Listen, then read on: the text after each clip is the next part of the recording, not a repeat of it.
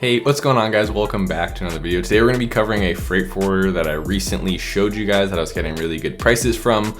And I actually ended up taking that video down. We're going to be talking about that today. So be sure to stick around, like and subscribe if you happen to be new here, but without further ado, let's get right into it. So if we jump over into my computer here, this is actually, for those of you who watched this video, for those of you who didn't, it's not going to mean anything. But this was the freight forwarder we were talking about. Now I was getting really good cost per kilogram from them. I was getting really affordable pricing.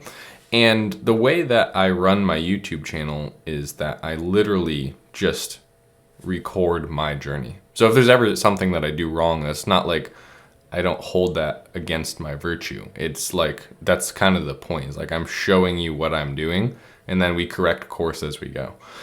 So this freight forwarder right here, I was working with them. I had gotten many quotes from them for different shipments. I was going to start moving a lot of my products over to them.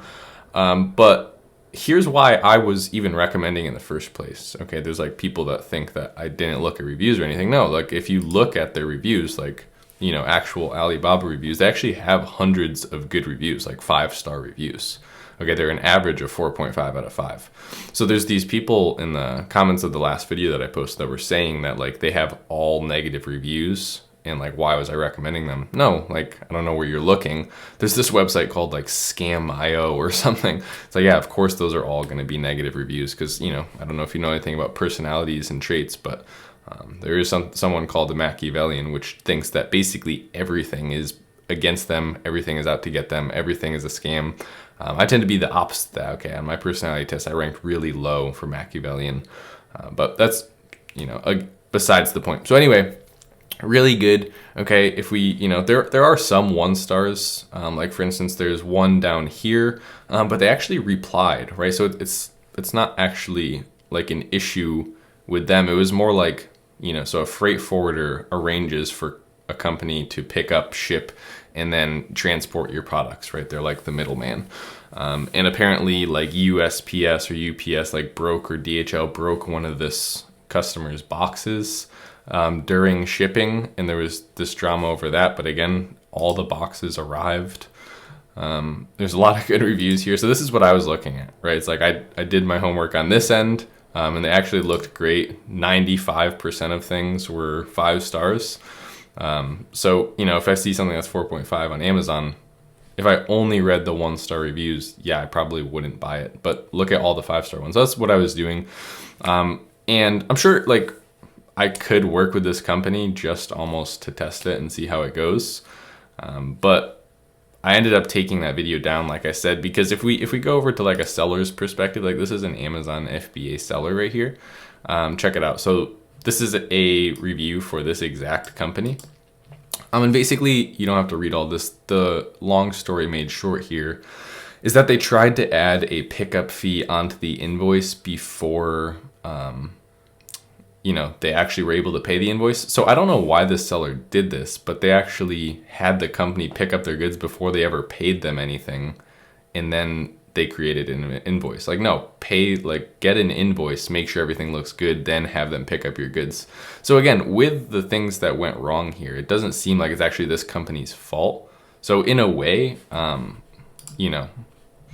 still don't think they're that bad, but they're, you can find websites if we were to go, there are some that say that they're bad, right? So that's why I ultimately decided to take it down, because I do want to have the most reliable information possible. So even if there's just some worry or doubt in this freight forwarder, aside from things that clearly aren't their fault, then, I'm not going to, of course, show them on my channel. This is what I was talking about, Scamion. So this freight forwarder fraudulently took our goods, then set an incredible bill when they did not intend to ship our goods. Be careful. I don't know. I'm swayed because there's so many good reviews, but again, these are the ones that ended up making me just take it down, because I was like, I don't want people to find these and go, why did he show us that?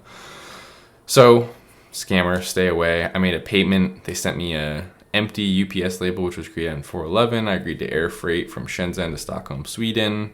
No reply. Contact with UPS. They were telling me the package hasn't been exported and there's nothing they can help with.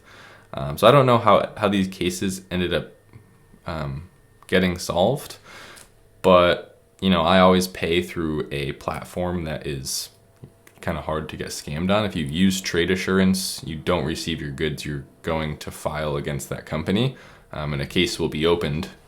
And if you didn't receive anything and UPS can show that with their tracking number, well, then that's going to be very easy to fix here. But these are the reasons why I decided to take it down, right? Rather be safe than sorry. If you can find a company that doesn't have any whiff of a doubt that anything bad has ever gone with it, then it's clearly better than them. I still don't think these guys are horrible. Based on the reviews, a lot of customers very recently, this is February, the ones on the other page were April of this month right here. Okay, came into Amazon, USA, Amazon. This is February 20th too. My product came in a timely manner. We're a happy customer, thanks. Okay, so if you've placed an order, it's up to you whether I would recommend doing your due diligence. Go look at these reviews and come up with a plan of action for yourself, whether you want to pursue with them or not.